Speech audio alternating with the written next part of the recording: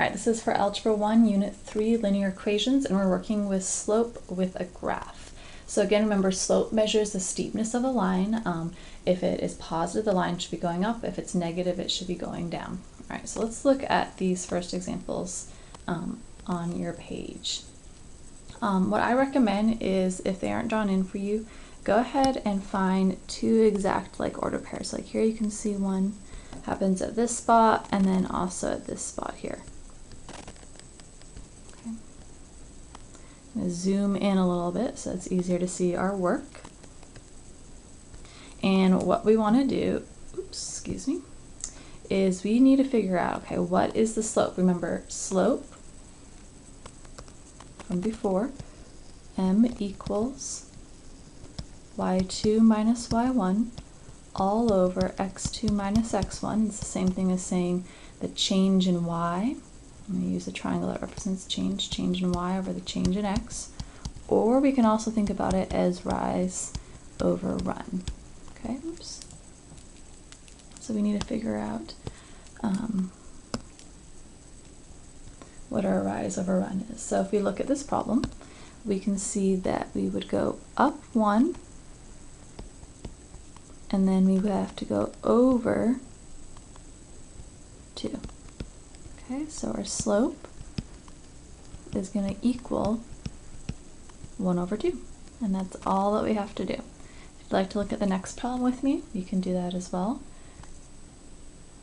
Again, if it isn't drawn in, go ahead and find two exact ordered pairs. So we have one right here, and it also looks like we have one right here.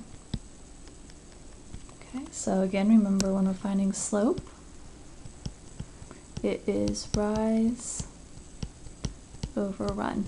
And just like how you read a book, you always go from left to right with a line, so always start with your left point and then go over to your right hand point. Okay, and you want to either go up or down first.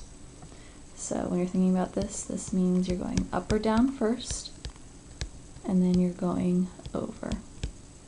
Okay, so our slope in this case is, it looks like we're going to go down 1 and over 1, 2, 3, 4. So our slope is -1/4. Now it gets a little bit trickier when we are looking at problems like number 6, if you want to go over to number 6. Oh, and the previous problem was just number 2. In number 6, you say, okay, let me draw in 2 points here. So I draw in 2 points.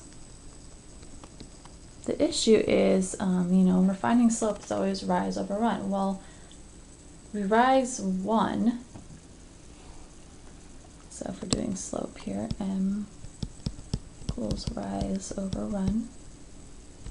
So in our case, we do go up 1, but we go over 0. And I don't know if you remember this mathematical word from previous math classes, but anything over 0 is actually undefined. Okay, so the slope of vertical lines are always undefined. So I'm just going to make a note here.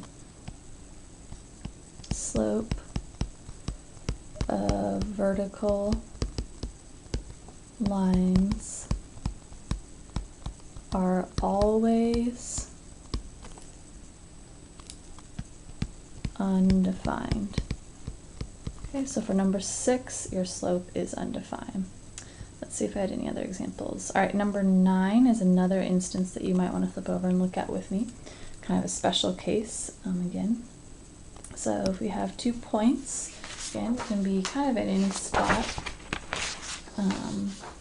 as long as they're exact order pairs. So I'm just going to put them here and here.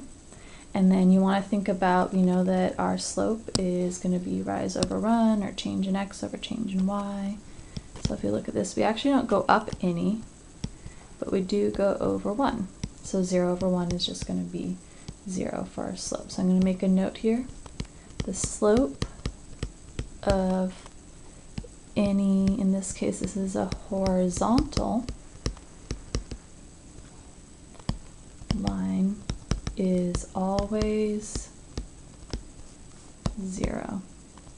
Okay, so the rest are pretty straightforward. If you have any questions, feel free to ask me.